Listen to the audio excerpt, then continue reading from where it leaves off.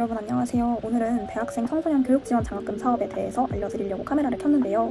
제가 1학년 때부터 3학년 때까지 3년간 쭉 이어서 해온 활동이 바로 이 장학 활동이에요.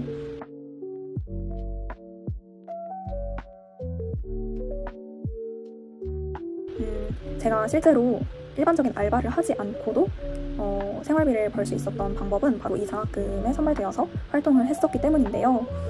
알바처럼 똑같이 제가 일한 만큼 그 시급을 받을 수 있는 형태이고요. 월급으로 들어왔던 것 같아요. 달마다 제가 활동했던 누적 시간을 계산을 해서 이게 인증이 되고 나면 저의 계좌로 현금 지급이 되는 그런 형식이었습니다. 그래서 실제로 시급이 한 12,000원에서 13,000원 정도로 꽤나 높은 편이었고 카페 알바나 식당 알바 이런 식으로 알바하는 것보다도 비교적 편리하기도 하고 시급도 높은 편이고 또 실내에서 조금 더 간단한 업무를 하기도 하고요. 또 특히나 좋은 점은 저처럼 청소년을 직접 만나는 활동을 좋아하시는 분들, 아이들과 소통하거나 멘토링 하듯이 이렇게 학습을 가르쳐주고 지원하는 활동에 관심이 있으신 분들이라면 이런 사업의 내용도 굉장히 잘 맞으실 것 같아요.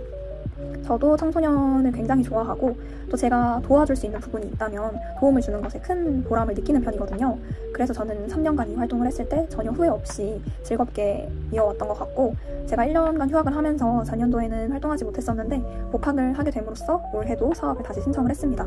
이 사업은 1년 동안 진행이 되기 때문에 저는 3년간 활동했을 때 매년 갱신을 했고요. 다시 재신청을 해서 선발 과정을 거쳐서 그렇게 뽑혀서 활동을 한 케이스입니다.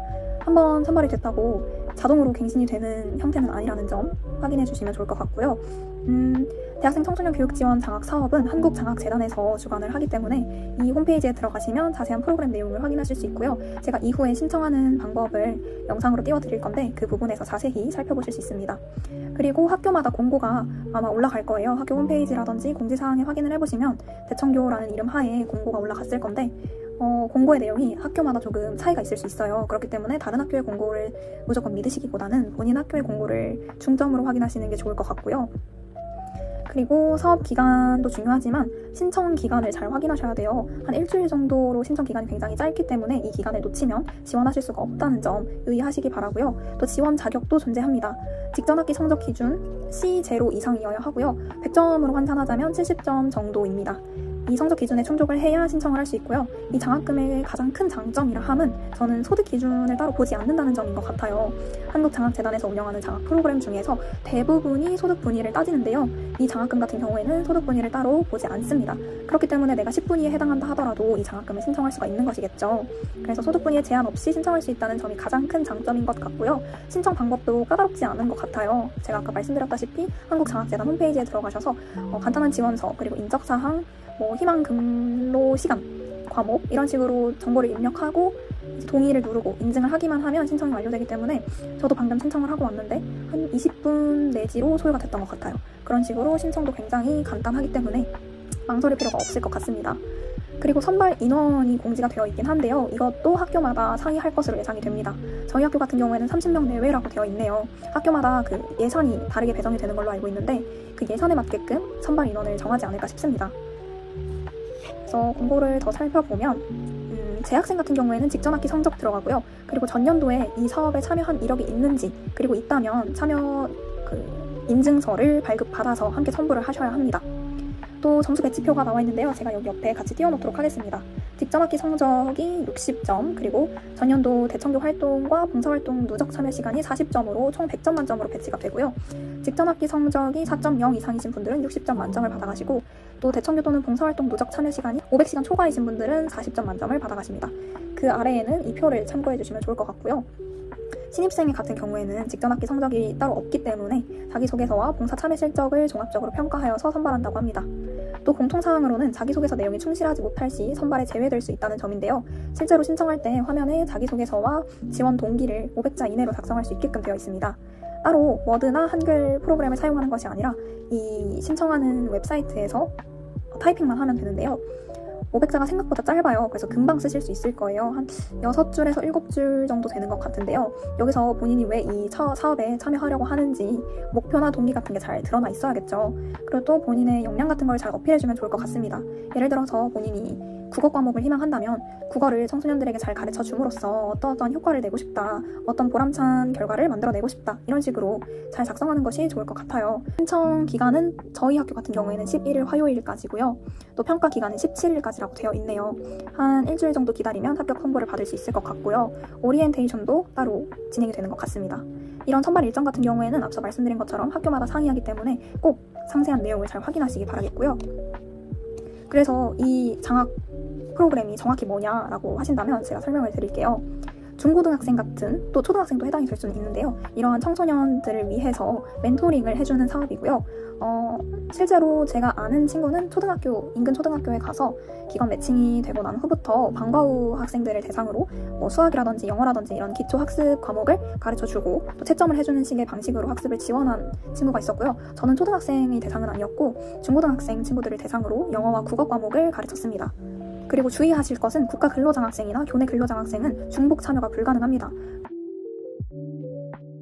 매주 자료를 준비해 가고 미리미리 선행학습을 해가고 또 중요한 부분 같은 거는 제가 직접 필기를 해가면서 어떤 부분을 중점적으로 가르쳐줘야겠다, 이런 부분은 다 미리미리 생각을 해서 철저하게 준비를 해갔고요.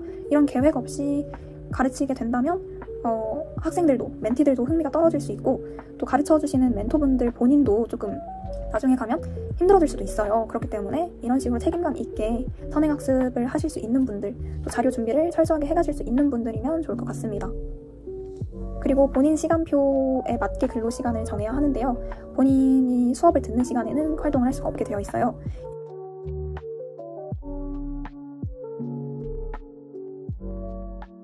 한국장학재단 누리집에 들어오시면 위에 상단 배너에 인재 육성이라는 곳이 있고요. 여기를 클릭하면 이제 대학생 청소년 교육지원 장학금, 줄여서 대청교라고 하는 프로그램 신청을 여기서 할 수 있습니다. 여기 들어가면 이제 개요와 일정, 그리고 특징, 신청 자격, 신청 방법, 활동 기관 등 자세한 내용이 여기에 설명이 다 되어 있고요. 내용이 많으니까 꼼꼼하게 살펴보시고 내가 해당이 되는 것 같다 또는 할 수 있을 것 같다 하시는 분들은 이제 우측에 보면 사업 신청이 있어요. 여기서 신청을 하시면 됩니다. 여기로 넘어가면 이제 다시 모든 장학금이 뜨고요. 여기 다시 인재 육성을 보시면 밑에 대청교라고 나와 있죠. 여기를 이제 신청 눌러주시면 됩니다. 여기 배너에 장학금을 신청하시겠습니까? 라고 뜨고요. 확인을 눌러주면 다음 단계로 넘어오는데요. 이 단계가 바로 신청서 작성입니다. 먼저 첫 번째로는 동의와 서약이 진행이 되고요. 본인의 인적사항 같은 거 잘 확인을 하시고 약관 동의를 해주시면 됩니다. 내용을 확인하신 후에 동의를 하시고 전자서명에 동의를 하시면 아마 다음 페이지로 넘어갈 거예요. 이제 신청서 작성으로 본격적으로 넘어오게 되는데 여기 위에는 이제 학교 정보를 입력하게 되어 있어요. 본인이 재학 중인 학교와 학과 그리고 학적 구분이 있는데 저는 학부 재학생으로 하면 될 것 같고요. 단과대학, 학번, 그리고 학년을 설정해 주셔야 됩니다. 그럼 이제 신청 정보 입력으로 넘어오네요. 이거는 학교마다 아마 다를 건데요. 저희 학교 같은 경우에는 학교에서 기관을 직접 매칭해주는 형식이 아니라 멘토가 직접 기관을 발굴하는 형태이기 때문에 유형 B로 나와 있습니다. 여기는 이제 본인 스케줄, 학업 스케줄에 맞춰서 근로가 가능한 날짜를 선택하는 건데요. 예를 들어서 제가 월요일 오전 10시부터 오후 1시까지 스케줄이 있다. 학업 시간표에 등록이 되어 있다고 한다면 그 시간은 피해서 적어야 합니다. 여기 희망 과목은 본인이 멘토로서 멘티들에게 가르칠 때 어떤 과목을 희망하는지, 여기 보시면 예체능도 있고요. 또 나는 과목 상관없이 여러 가지를 다 가르치고 싶다 하신다면 무관을 적어주셔도 됩니다. 자기소개나 지원 동기에 경험한 내용을 적어주셔도 되고, 아니면 경험이 없다 하시면 앞으로 이런 활동을 해보고 싶다, 이런 목표를 가지고 있다, 이런 식으로 기여를 하겠다라고 내용을 적어주시면 될 것 같습니다. 그리고 이렇게 지원 동기를 작성하면 아래에는 첨부 파일을 제출할 수 있도록 되어 있어요. 여기에 아마 아까 제가 말씀드린 봉사활동 내역이라든지 예전에 대청교 활동을 한 내역 같은 거를 첨부를 하게 돼 있는 것 같아요. 지금까지 대청교 사업에 대한 저의 소개와 꿀팁이었습니다. 궁금하신 점이 있으시다면 댓글로 남겨주시면 제가 최대한 아는 선에서 답변을 해드릴 수 있도록 할게요. 그러면 다들 좋은 결과 있으시길 바라겠습니다.